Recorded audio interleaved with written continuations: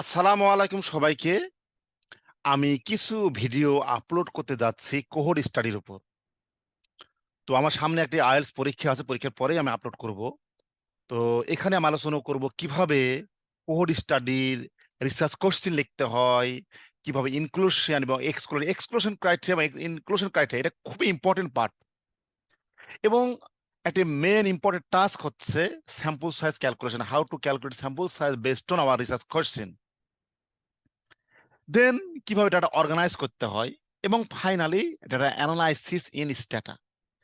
স্ট্যাটাতে কি ধরনের model use করে আমি কোহোর্ট স্টাডিকে সামারাইজ করব এবং আমাদের ইফেক্ট সাইজটি বের করব টু টেস্ট দ্য হাইপোথিসিস।